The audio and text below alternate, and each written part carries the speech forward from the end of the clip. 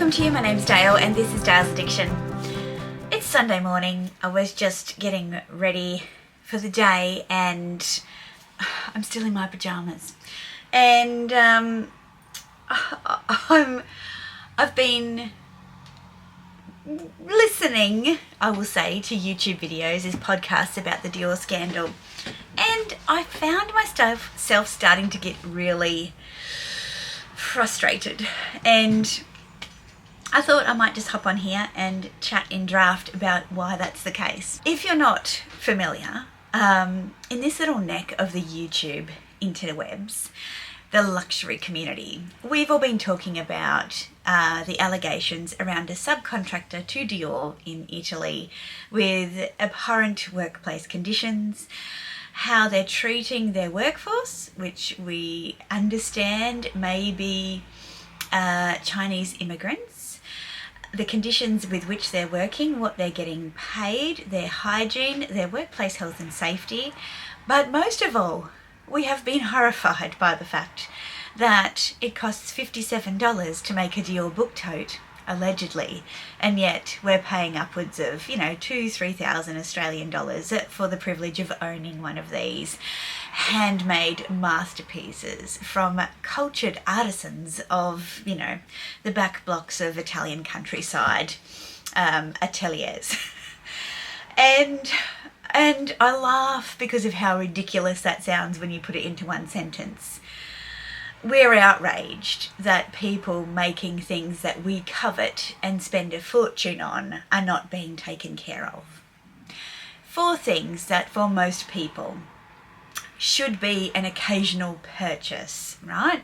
For some of us, especially those who have a YouTube channel in this niche of YouTube called Dale's Addiction, we might indulge a little bit more. But we're outraged at what we believe makes us a ethical, considered consumer of luxury goods actually has a really dark and dirty underbelly.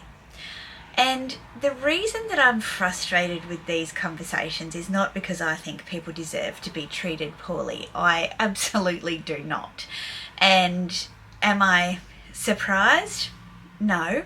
Am I shocked? Yeah, I am shocked. And to consider the fact that this might be a much more broad-reaching problem across the industry than just this, one alleged circumstance and the Armani circumstance, and where else does it go? But on the flip side of that, no one's going to the mulberry factories in China to see if people are being treated okay. They're more so saying that because those bags are made in China, they're not as good quality, even though the Dior bags are being made in Italy by Chinese people in terrible circumstances. They're still made in Italy by a French brand, so they must be good. Anyway, the amount of irony in this and just and hypocrisy, that's the word, and odd justifications, it blows my mind. So anyway, the point I'm getting to is we're outraged at something that is produced in such a way with such a high margin for the consumer compared to how the workforce or the primary producer is treated for an occasional purchase. Have we ever stopped to consider what our everyday choices say about us? Because I have recently witnessed a few people unboxing Dior bags that they may or may not have bought pre or post the scandal and the allegations, being absolutely ripped apart in their comments section on YouTube. And then the question is, should you wear your Dior bag now because of what's going on? And I thought, well, okay, fair enough if people think it would be nice for those particular presenters to mention the fact that they're aware of this and what it means for them.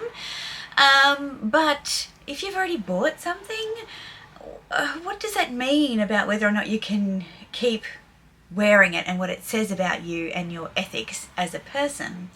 I certainly went through this with the Balenciaga scandal. I had a Hacker Project tote, which was the collaboration between Balenciaga and Gucci.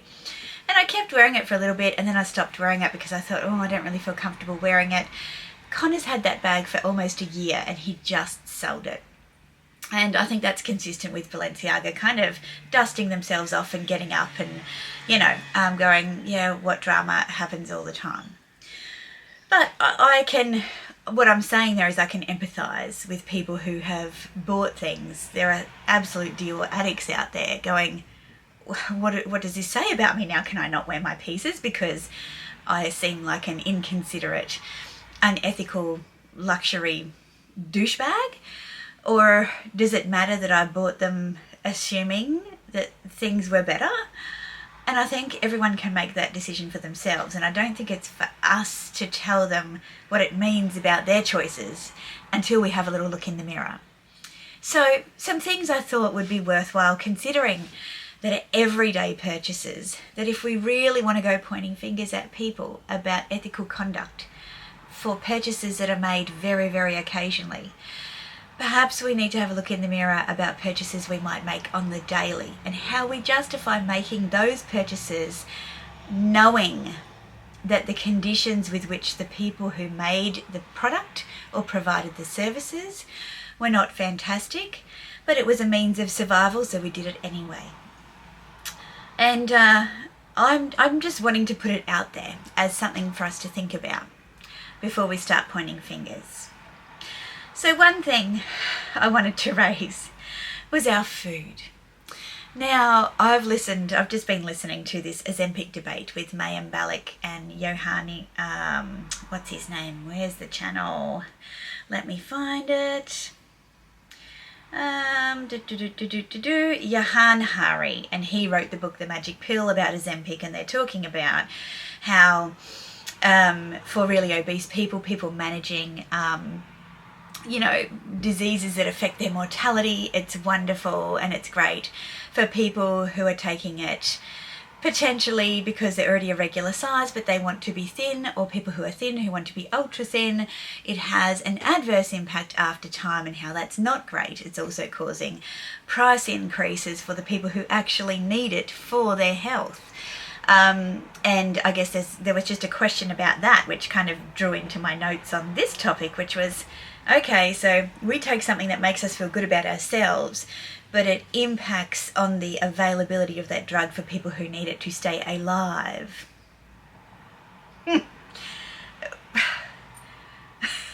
Question mark. Not going to say any more on that. But back to food, because it relates to the whole Ozempic thing. Anyone watched the documentary Food.Inc? If you have, you'll know. It's horrifying. But something to think about is if you eat any kind of meat, which I do. I enjoy meat as part of my diet. I eat red meat, I eat beef, I eat chicken, I eat fish, salmon, I eat shellfish. What I learned from that documentary years ago when I watched it was the conditions with which certain animals are kept. And I'm not going to go into it here because this is not that documentary. But my point is, when I learned about the conditions with which chickens were living, how quickly chickens were able to be raised from a little chick just hatched through to a meat chicken being able to be, put into food production, had reduced from years to weeks, and how the majority of chicken producers were actually subsidiaries owned by major fast food chains like KFC and McDonald's. And from that moment on, I took a view that if I'm going to eat chicken, I'm going to make sure I know where my chicken comes from as much as I possibly can, and where it was raised and the conditions it was raised in. So now I pay a lot of money for chicken. I have the privilege to do that. But I make a conscious choice.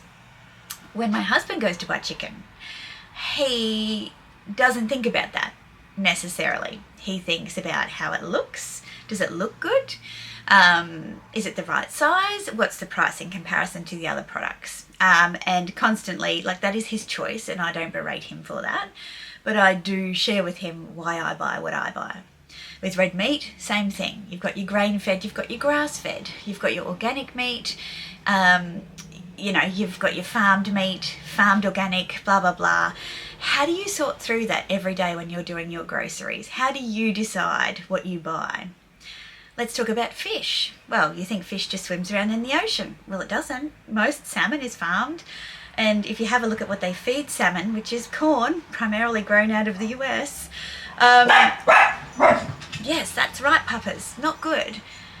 These salmon are eating crap. They're eating absolute crap, and then we're eating them, and they're swimming around in all their crap because they're in these big floating cages in the ocean. Not only is it ruining the ocean floor, but the quality of the fish that we're eating, not so good, not so good. So do you want, you know, fish that's caught out at sea, that's wild, that's line caught? How are you going to pay for that? These are the sorts of dilemmas I suppose we face on a daily basis. Think about your eggs. You know, currently there's a bird flu epidemic. Eggs are at an extreme premium. We have signs in our supermarkets here saying you can only buy one carton of eggs, which there's a dozen eggs in a carton. Do you buy caged eggs? Do you buy free-range eggs? Do you buy organic free-range eggs? How do you make the decision? Is it based on the fact you and your family need protein and you have a budget and you want to make the best choice for the budget you have? Do you care at all? I mean, they're just chickens. I mean, what about the chickens, right? Who cares about the chickens? Well, nobody cares about the chickens. Not only are we just, you know, putting them in a cage and not even letting their legs develop so that we can eat them quickly, we now don't care the conditions they're under to create eggs for us. Think about your milk. We have big milk producers here in Australia. We have great quality dairy, but they are absolutely screwing our farmers, these big milk producers. And so if you've got a young family and you think you're a good person and you're going to buy, you know, maybe tens of litres of milk per week for your family, are you going to buy the organic small producer milk that costs probably twice, 2.5 times, 3 times more than the milk from the big dairies that are screwing over the farmers? We do what we do because it's the best choice that we can make at the time, if we're even cognizant of the choices that we have. I don't think that what has happened with the Dior scandal means that everybody who's bought Dior is a horrible person. I don't think it means everybody who buys Dior moving forward is a horrible person. I think they're making the best choice they can with the budget they have and the opportunity they have at the time.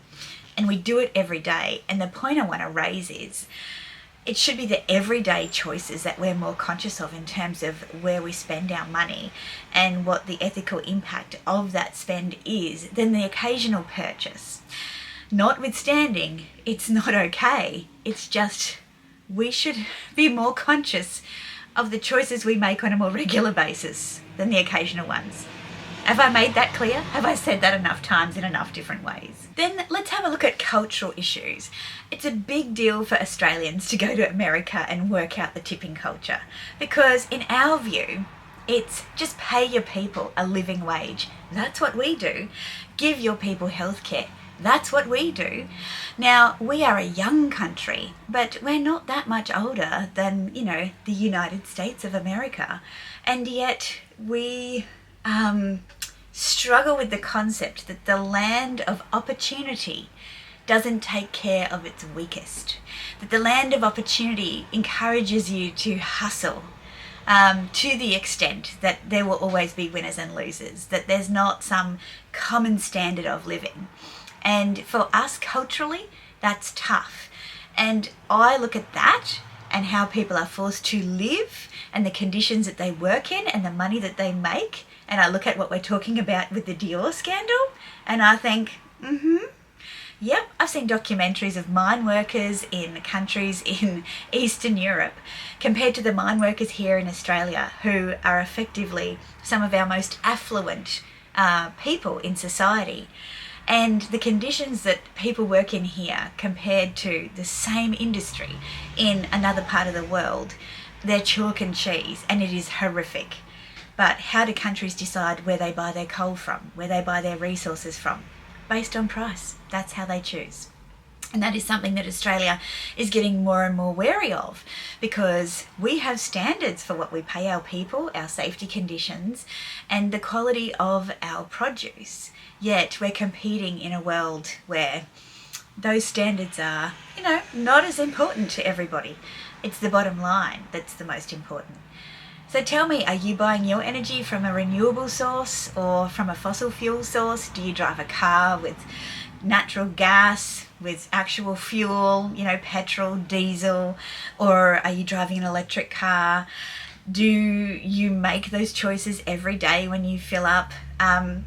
Again, it just goes to show how complicated choices are, right? And how the everyday choices make a bigger impact than the occasional choices. Turns out I don't have any more points on my little list here, but it's more complicated than just the surface level information. And we have a lot more to think about than where we spend our luxury dollars. We have a lot more to think about, and we could have a much bigger impact on society as a whole with the choices that we make every day. We make the best choices we can in the time that we have, with the options that are available to us, with the budget that we have, with the education and wisdom and experience that we have. And so let's just be a little kinder to ourselves and everybody as we work through the complexity of those choices. And it's not it's not okay to be raining on everyone's parades if we're not first looking in the mirror and in our own backyards to see what we're contributing and how we're perhaps stacking up on the balance sheet of ethical and perhaps less ethical choices. So, thank you for listening to my TED Talk. I'm keen to know your thoughts in the comments section below. Give this video a thumbs up if you've enjoyed it, and consider subscribing if you'd like to come back for more. It's not my regular content, but sometimes I do have things to say and I hop on here and say them, and I hope it makes sense when I watch this back through the edit and that it's landed for you and you get where I'm coming from. I really appreciate your time and attention, and I'll see you in the next one.